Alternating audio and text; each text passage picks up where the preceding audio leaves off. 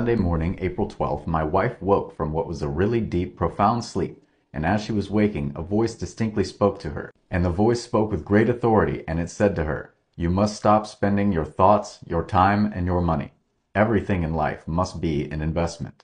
So she quickly wrote it down and went straight to the dictionary to look up the two important words in the sentence, spending and investing.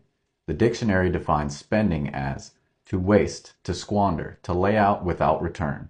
To invest is to lay out for a purpose for which a profit is expected.